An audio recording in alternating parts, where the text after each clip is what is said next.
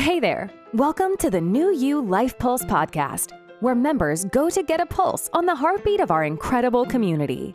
New You Life is the hormone health company developing transformative products that challenge the way you age. The Pulse features rising stars, leaders in the field, and insights from our leaders at headquarters. Each Pulse podcast is designed to help you become the best version of yourself by keeping you dialed in, inspired, and motivated. Are you ready to be the best you? Now, let's listen to the pulse of New You Life. Hey everyone out there at New You Life, and welcome to the Pulse Podcast, focusing on why we hurt, why do we feel pain, and what are solutions around that. And introducing a very special guest, we have a member of our scientific advisory board here at New You Life, Dr. Stephen Legate. Now, to have you introduce yourself, but I'll be your hype guy. And I want to say, Stephen is not just someone who understands it professionally from a scientific perspective. He has lived and breathed when it came to sports medicine, when it came to how to function the body. His body was really your profession. You were actually a principal ballet dancer at San Francisco Ballet. Yes. For a number of years. How many years? Yeah, well, 15 years there, but 21 years as a career overall. Yeah. So you live and breathe by how you treat your body. I mean, that's your moneymaker. Yeah, our body is our instrument, and if you don't take care of it, well, then you end up in my office. Exactly. So what got you into sports medicine and being a chiropractor? Did you just leave this theater that moment and switch over, or were you transitioning slowly and just had a passion for sports medicine? Well, all throughout my career, like many dancers, experienced quite a few injuries, probably my worst one being a ruptured Achilles tendon and so on. So I had a strong relationship with our company chiropractor. We also had physical therapists and so on. And actually, many dancers end up, upon retiring, getting very interested in the sports medicine and physical therapy chiropractic field.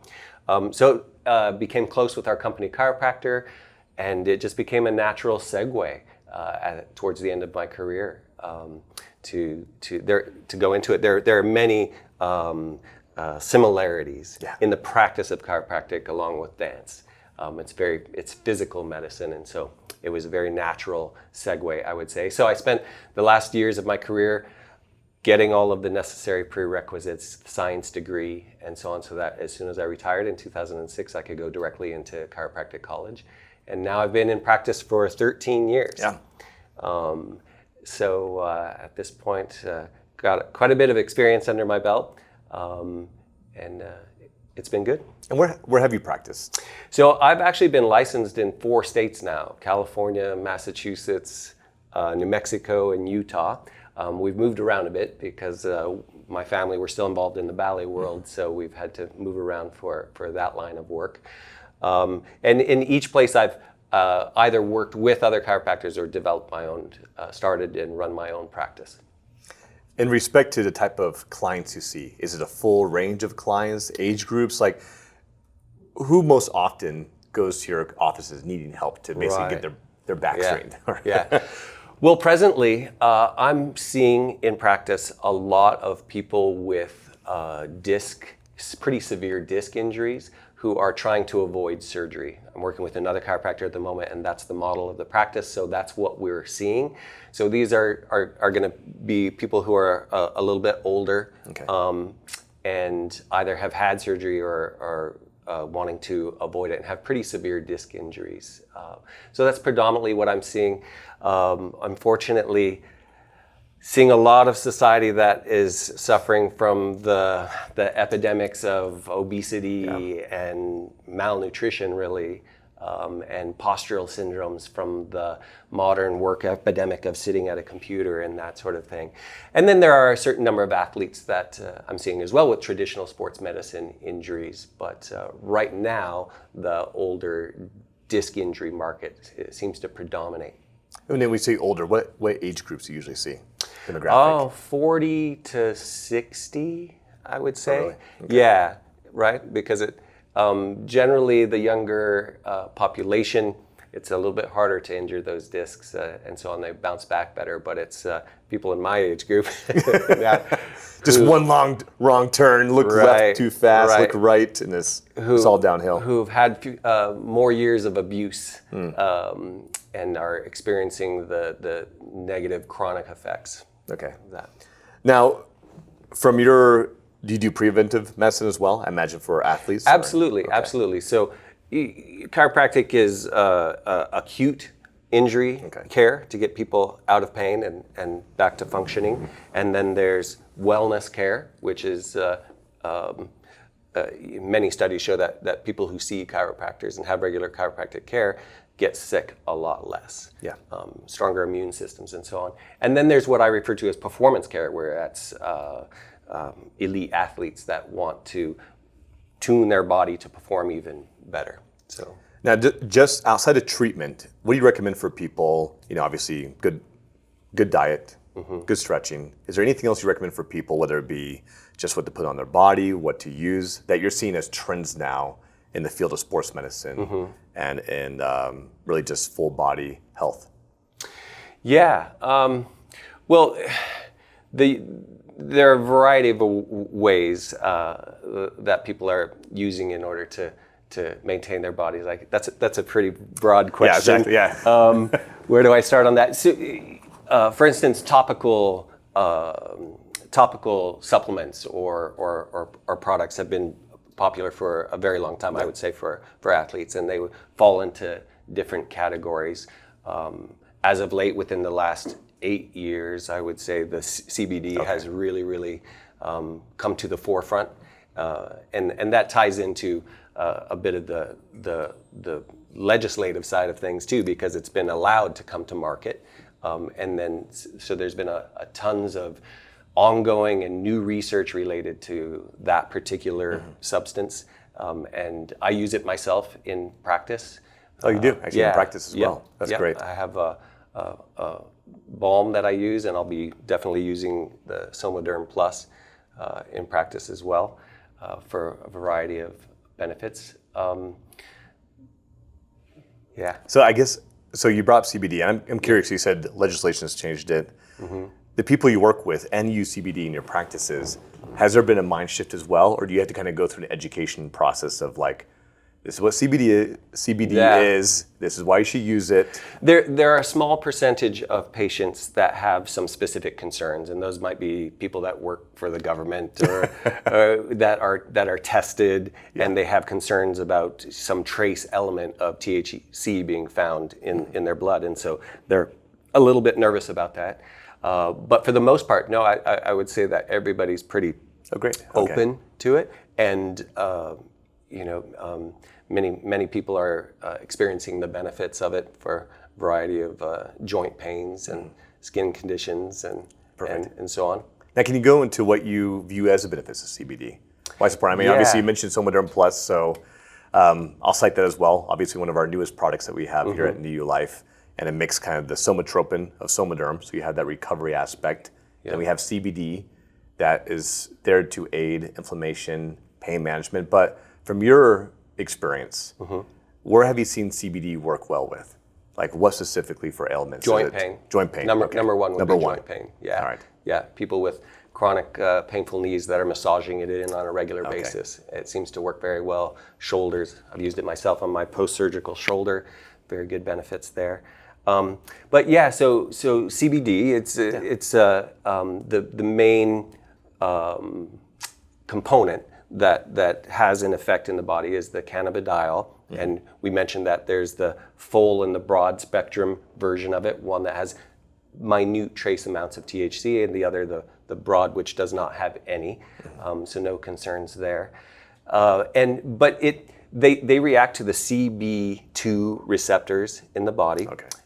So they are, when you take it topically, it's absorbed very quickly through the outer dermal layers of the skin into the connective tissue and interstitial fluid that circulates around the body very, very quickly.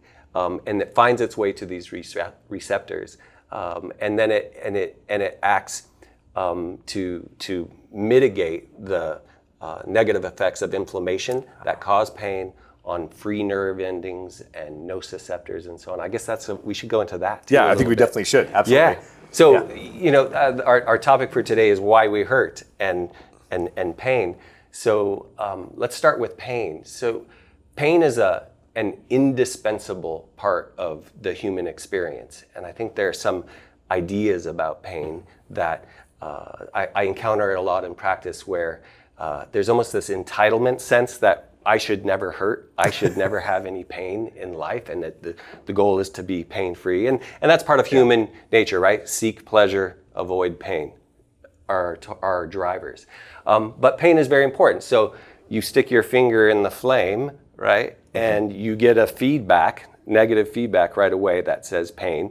And that's keeps you from your finger catching on fire, right? Yeah. As a base example. It's built innate us since the dawn of time. That's right. So pain is incredibly important because it's a warning system that keeps you from further injury. Yeah. So I think having a shift of attitudes about pain is very, very, very helpful. It's not that you shouldn't ever experience pain. It's an important part of life. And obviously pain affects all ages though, but all professions, but different professions ages differently. Yes. As the older you get, the more acute I presume it becomes. Yes, in general. And then what is pain even further but it's a perception perceived in your cerebral cortex that comes from physical structures farther down in your body. All right, so let's go to the end of that. Okay.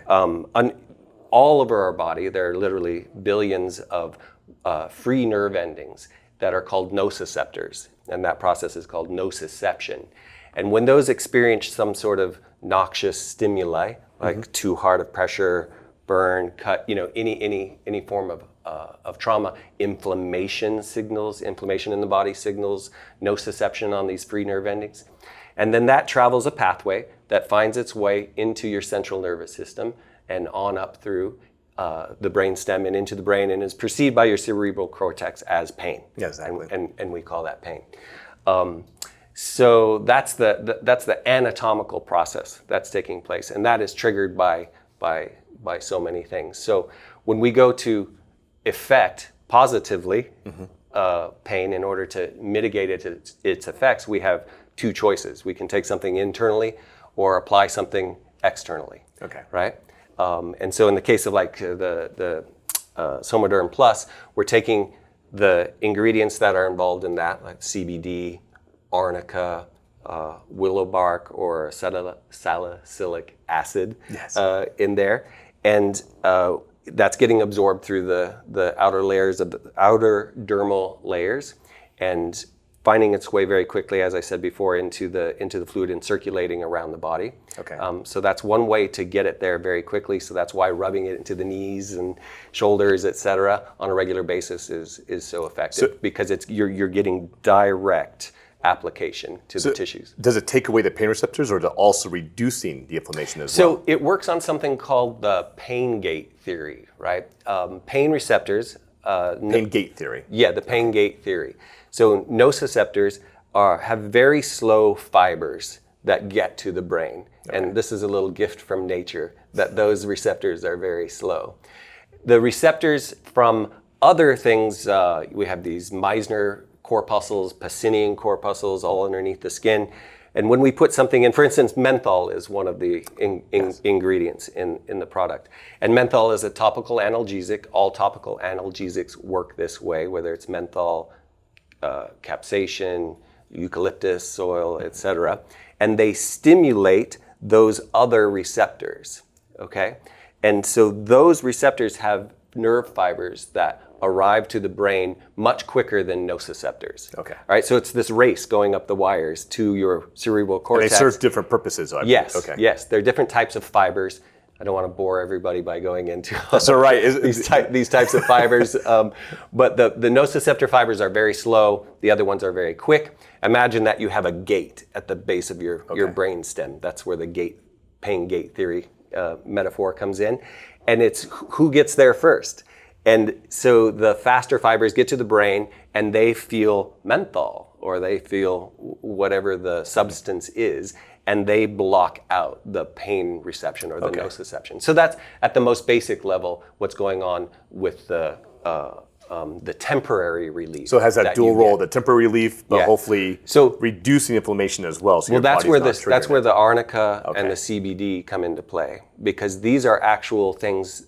These are actual substances that go a little bit deeper, bind to different receptors, and inhibit the pain response and reduce inflammation, which causes pain. Okay. So you've got one that's achieving a temporary superficial benefit, and the other that's penetrating deeper, and arnica is actually healing. Oh, perfect. At a deeper level. So you have this immediate pain relief.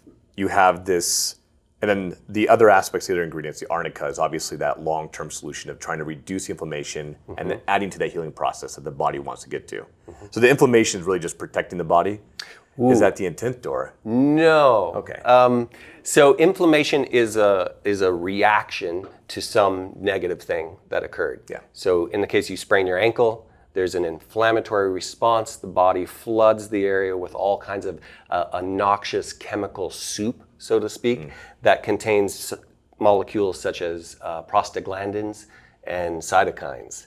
Okay, and these are the bad chemicals, the bad molecules that create disease and pain. Okay. That we don't want to have in the body. So why does the body do that, though? It's a defensive mechanism.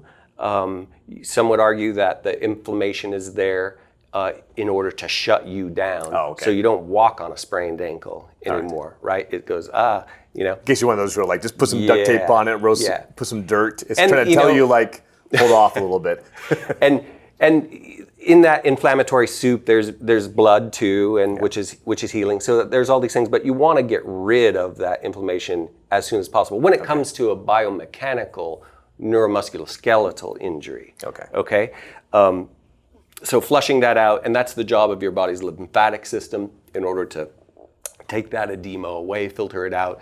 Circulatory system brings the nutrients in and also carries the other things. The arnica, and so on, is a nutrient that's riding along in the blood plasma and gets delivered to the tissues. Oh, that's great. In order to heal. So you want that in there, and you want the lymphatic system to take the edema away with the prostaglandins and the cytokines that create that. And now that's the external point. The internal point, or the internal source of inflammation is equally as important. Yeah. And so I mentioned that in practice I see a lot of obesity, a lot of bad diets, and so on, where people are eating way too much pro-inflammatory items in their diet, too much corn, too much soy, too much sugar, too much sodium, too much alcohol, all these, the fun things, right, that we like to take in that produce inflammation in the body. So just real quick, a little organic chemistry lesson. Please.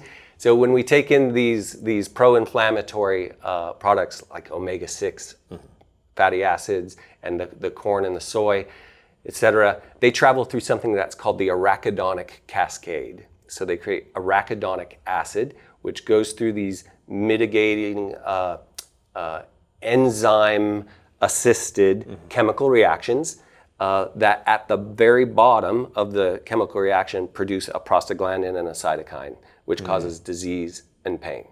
All right, and so things such as NSAIDs, non-steroidal anti-inflammatory drugs, which we were going to talk about, that are out on the market, they all act on what's known as the COX-2 inhibitors. You may have heard that term before. I have, yeah. So COX is an enzymatic reaction in that chain that produces the prostaglandin and the cytokine, and so the non-steroidal drugs affect that enzyme, thereby preventing the production of the inflammatory molecules at the bottom. And that's how pain is reduced. It doesn't fix anything. It just blocks that from happening. In fact, it's a whole pain epidemic you see with opium epidemic as well. Do you Yes. often, not within your own clinic, have you seen that within the industry where people are quick just to subdue the symptom, which is pain, but not actually solve the primary issue? Yes, and it's sad. I had an elderly patient just the other day who has been on 3 gabapentin a day for years and years and years. Oh, geez, just a mask. And and these patients will say things to me like, "I just want to get my mind back."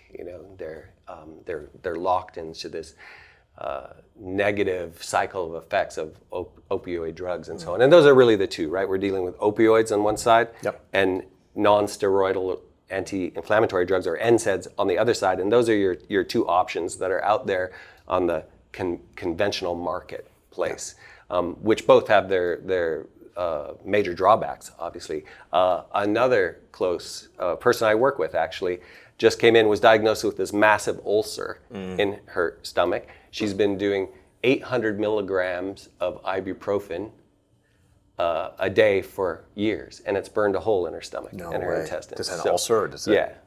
Yeah.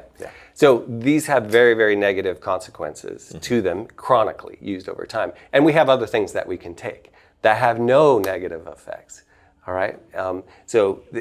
Those things, just to throw out a laundry list, I'm really big on omega-3 fatty acids, fish oil. That's one of nature's greatest anti-inflammatories. And turmeric's pretty popular right now. You may hear a lot about that. But arnica has been around forever, and that's one of the greatest. In fact, I had this great study I brought along. Yeah, absolutely. Please. I reference it, and Absolutely. I encourage everybody to do your own research and go to pubmed.gov, the government clearinghouse for research articles. You can find anything you want there. That's where I found this particular article that had to do on the effects of arnica. And just to read you the conclusion really quickly, it says that, in conclusion, arnica presents comparable activity to standard medications such as ibuprofen and diclofenac for pain management under different medical conditions. It also shows fewer adverse effects along with lower costs. Arnica could be an adjunct approach for acute and chronic pain management. So there you go. There's just one example of hundreds, if not thousands, of studies done that show that substances such as arnica are well proven and shown to be a good option to the NSAIDs and the opioids. Well, that brings us perfectly to SomaDerm Plus CBD, SomaDerm Plus AWE. And I know you've had a chance, you're an expert when it comes to the ingredients itself, and you've had a chance to look at the products, how they're utilized. What do you see that's unique about SomaDerm Plus CBD and SomaDerm Plus AWE when it comes to the ingredient and formulation? You say arnica is one key ingredient. Yeah. Well, the AWE is unique because it uses the copaiba. The copaiba, yes. the option to CBD in it. So I haven't seen anything else that uses that. Okay. I'm not familiar on the market. So that distinguishes itself right there. But I guess it just has to do with the combination of things. There are many things out on the market that might have some of this, some of that, some of the other. So we talk about AWE, we talk about arnica. So arnica, obviously, something that will fight inflammation. It helps reduce it and helps the healing process. Yeah, and antimicrobial as well. Okay. All kinds of benefits. White willow, what's that? White willow is that hard to say word, acetylsalicylic acid. And that's why it's good we went with the W and not that word. That has a long history. In fact, that was used by Native Americans, used to give twigs of the white willow tree to their children in order to chew on, to have a constant little source of acetylsalicylic acid to reduce pain in the gums and elsewhere in the body. So it's been used naturopathically and homeopathically for many years. Yeah. And what else?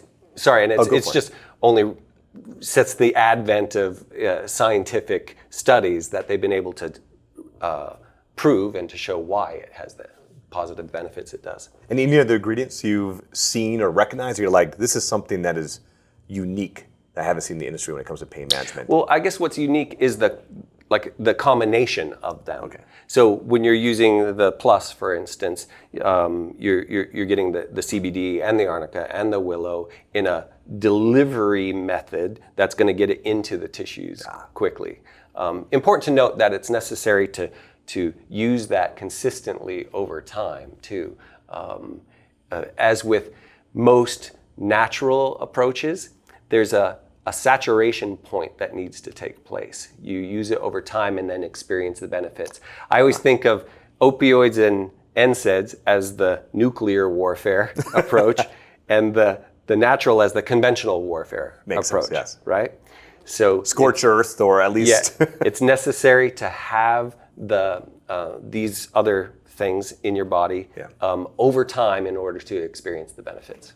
So in respect to like people using this, and you brought up a great point. We have a lot of customers who ask, all right, I want to use it, so I just use it once, and am I done with it? It's like one of those things like a lot of over-the-counter products where you put it on there, it's like a icy hot where the pain goes away, and I'm good to go. Yeah. When you look at these products and the ingredients, what are they designed for? And like you mentioned, it should be used consistently, at least if you have certain areas. I think it should be used as part of your daily routine.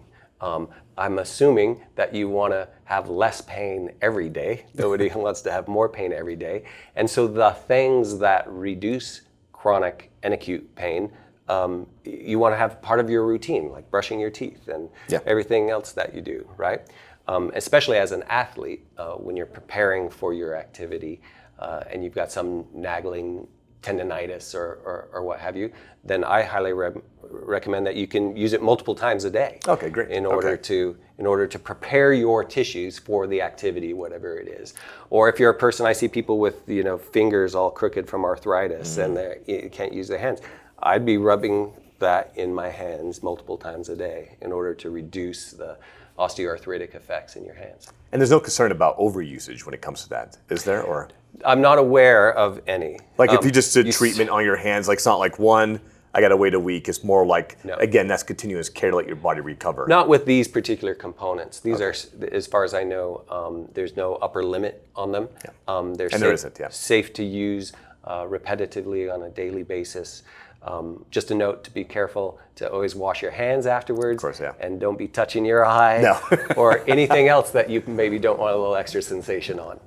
Incredible. And then, and obviously for people out there as well, we design these products with that in mind, is for that daily usage for multiple times a day as well, for you to relieve pain so your body can do the process of recovery with the arnica and with those other ingredients.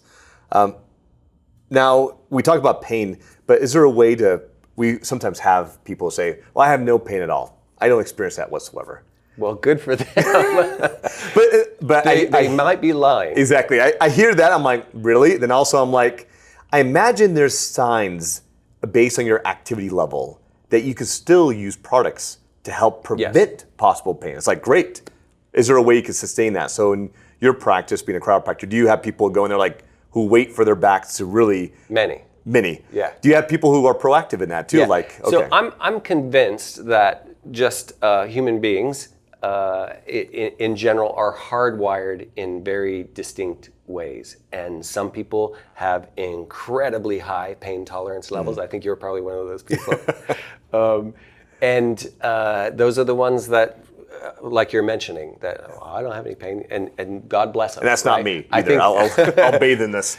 that is so that's one, and then all the way to the hypersensitive people, lots of people with fibromyalgia diagnosis and so on, and who experience pain to a very hyperactive degree, and everywhere in between.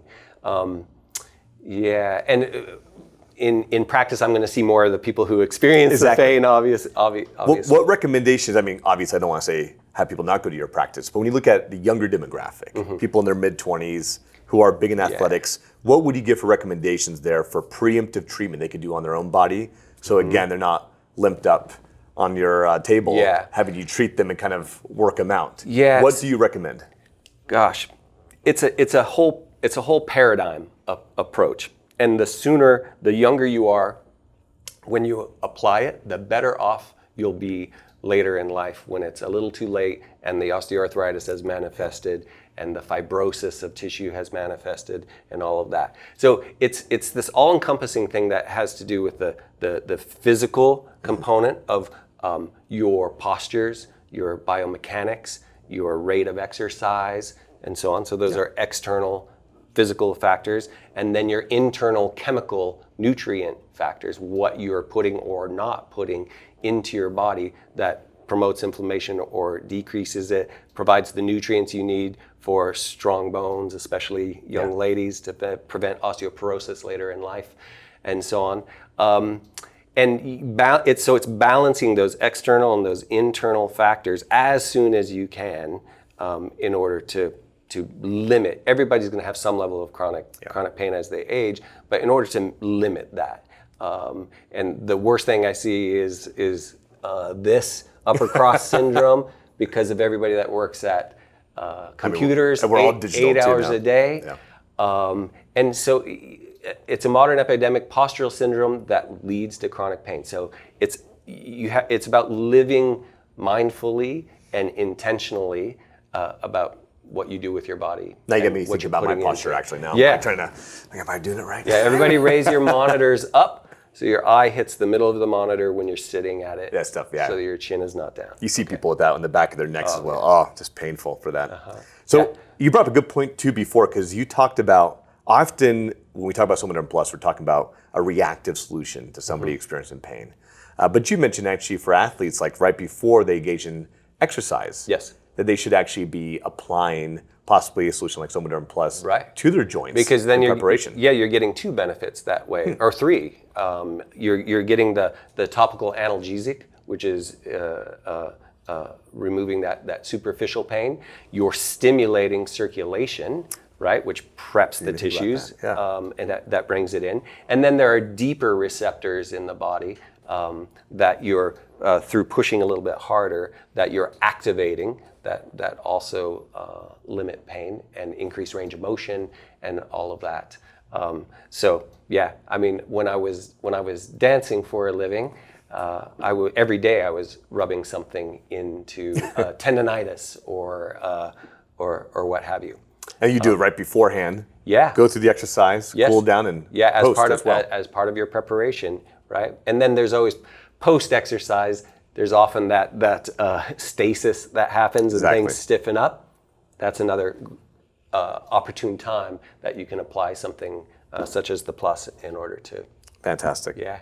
So what do you recommend for people talking about the benefits of CBD, how to overcome some of that hesitation? Obviously, you've been using CBD in your practices for a while. What do you recommend to people watching this when it comes to trying to expose people to CBD, the benefits of it that may just have that preconceived notion of, I think CBD, I think Woodstock, or I think, I even had that because I thought to myself, we don't use CBD before you work out because it'll be too mellow. Yeah. But obviously that's not the case. It all depends. It all depends upon which you're using, the broad or the full spectrum. So the broad spectrum in most products that I've seen out there does not have any trace THC in it whatsoever. So I guess people just need to understand the distinctions between the two products, and know that they're not getting any THC with the broad spectrum version of it. And even in the full spectrum, which has minute trace amounts in it, it's such a minute amount that you're not experiencing a high or any other negative thing that might make you perform less well or and what so you're on. saying is the CBD really just affects the cannabinoid system in your body as well. That's really all it's doing. Exactly. It's taking that receptor. It's accessing another option to reduce pain and inflammation in the body by utilizing those CB2 receptors, which aren't being stimulated by other products.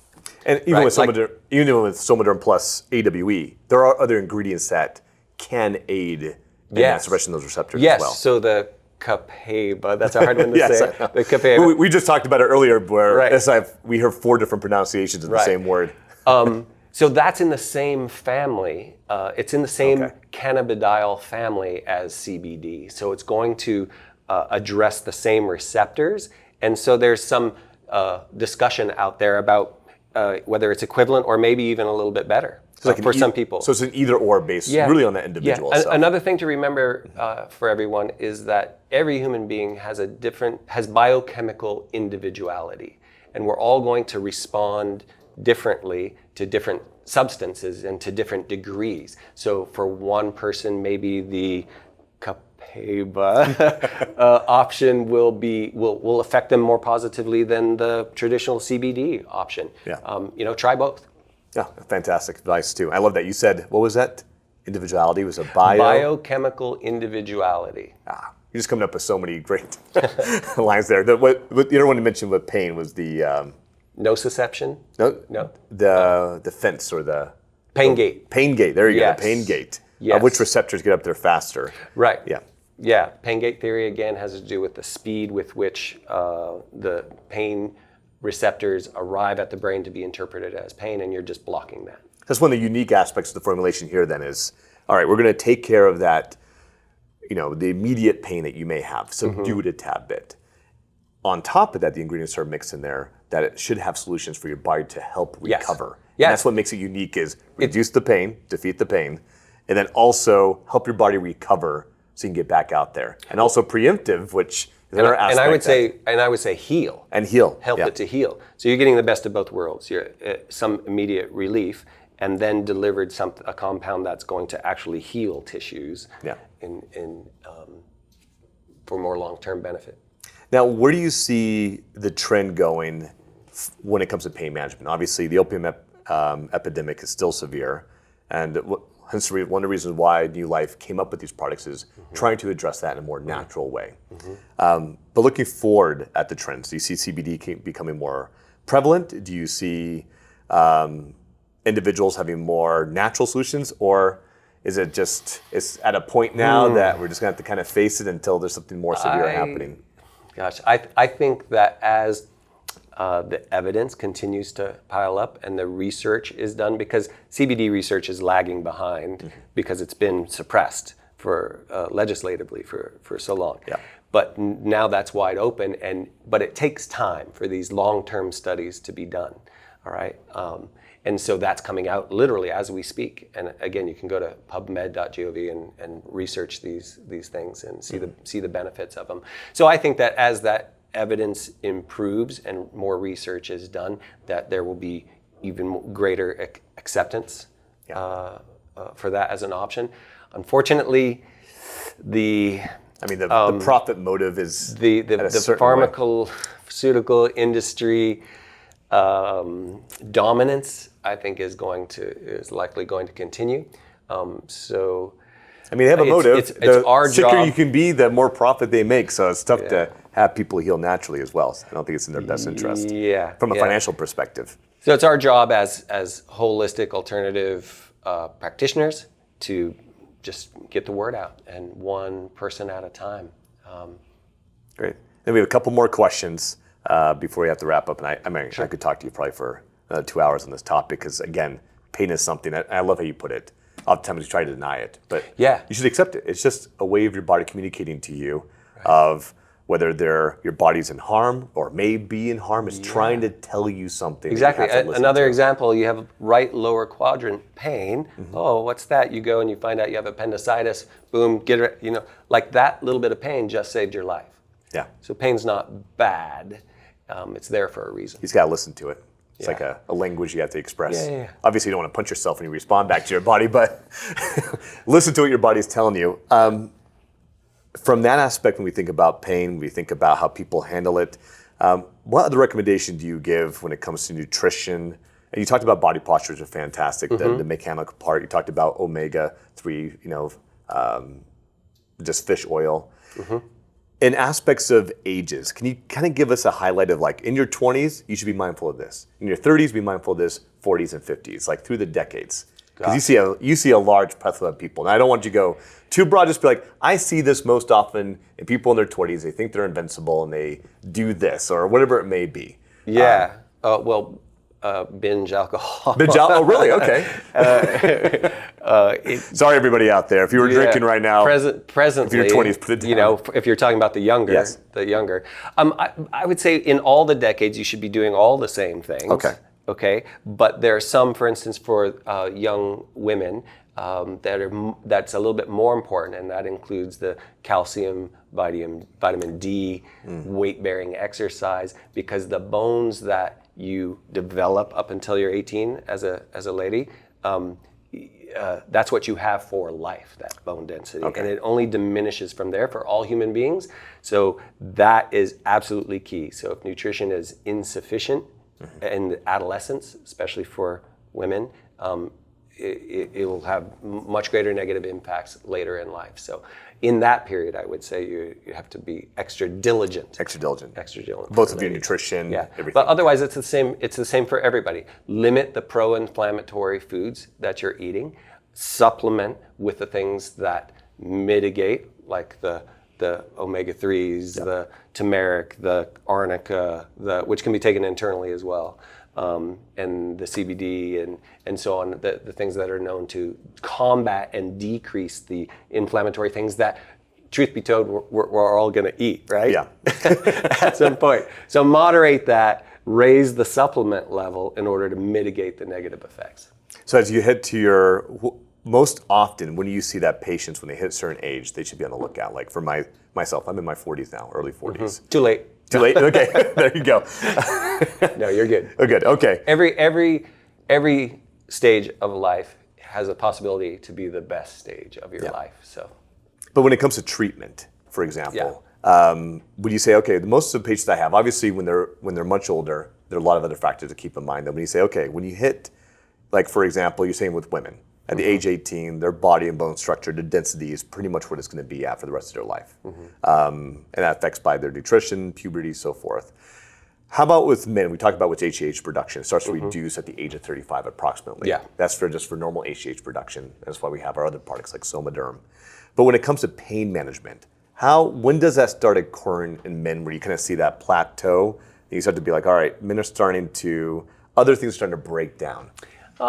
There's going to be a range, I would say, somewhere in the mid-20s. Mid-20s, okay. Yeah, I would say in the mid-20s. I mean, that's when you stop becoming invincible. I know invincible. as a professional athlete dancer, I was already having painful syndromes at that age. So it's never too early to be working on things that are going to mitigate that. Okay. But I would say as you age, so you have to.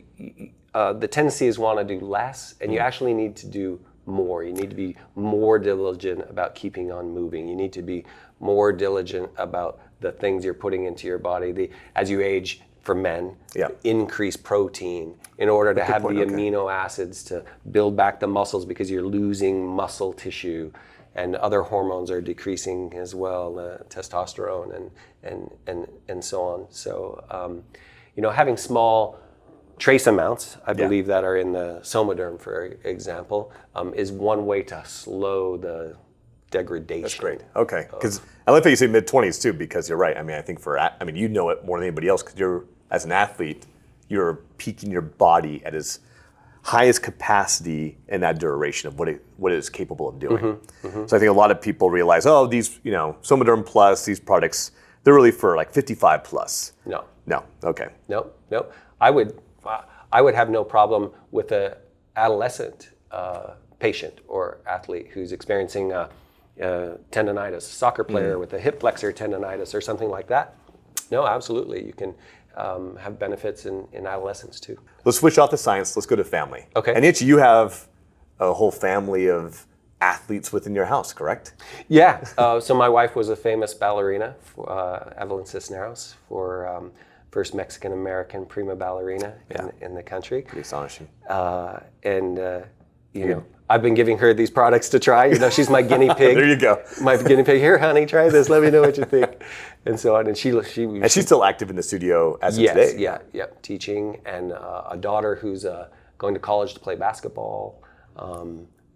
Must be nice to have like an in-resident father to go over sports medicine, look at the nutrition, be like, all right, let me see your back, let's straighten you out. Right. Yeah, built-in treatment at home.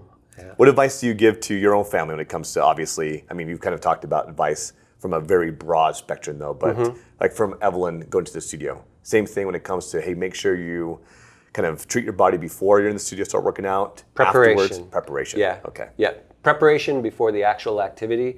And that includes, like we talked about before, we're using ointments like SomaDerm to rub in and so on to prep the tissues. And then, hydration, posture afterwards. That's a good point, motion. Motion is your friend. Motion stimulates synovial fluid in your joints and activates mechanoreceptors, which are another thing in the body that blocks pain to the brain, using that same pain gate theory. So motion is palliative. Motion is your friend as well. Incredible. Well, Stephen, thank you so much for joining us. It's an honor to have you as a member of our scientific advisory board here at New Life. Yeah, I'm excited to be involved. Yeah, your insight, your knowledge, both from a personal aspect. A lot of times you have physicians who will know the science, but they haven't lived it. Right. Again, you've lived through all the injuries. Yep. You've been on stage, having your body at that peak interest.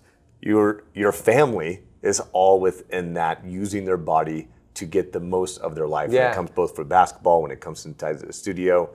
So you're not just saying this from a point of theoretical knowledge. And that's my practice motivation too, is to always give the kind of treatment that I want to get, that worked for me as an athlete. And I don't recommend or suggest anything that I wouldn't use or don't use myself. Yeah, incredibly honorable. And everyone out there too, thank you so much for joining New Life with the Pulse Podcast. We have these amazing products, SomaDerm Plus CBD, and our other product, SomaDerm Plus AWE. You've heard the science behind it all. You've heard of the values of the ingredients. You've heard why and when you need to use it. Pain is inherent in all of us. It's been inherent with us in the dawn of time. It's that one language that's universal among all cultures that we all experience. And it's nothing that we should ever be ashamed of, because it's telling us signals that we need to listen to. And these products do a great job, not only maybe quieting those voices of pain, but also fixing our bodies, fixing those areas. And I love the part of you saying this preventive, where so many people react. Once they experience the pain, they try to do something about it. Once the car has a flat tire and already the radiator's blown, then they do something about it, instead of actually doing preventive care on the most important, really, aspect of you, which is your body. Without your body, it's pretty hard to have a fulfilling life without it. Yeah. So again, Stephen, thank you so much. Well, my pleasure. And if you need any more information, obviously you mentioned the government website repository. Yes, pubmed.gov is the government repository for all scientific studies, and you can find more than you want to know in there. And if you're in Salt Lake, actually Dr. Legate has a practice here as well, so feel free to look him up and join him. And again, thank you so much for joining us here. Thank you. On New Life. Have a good one. All the best, everybody. See ya.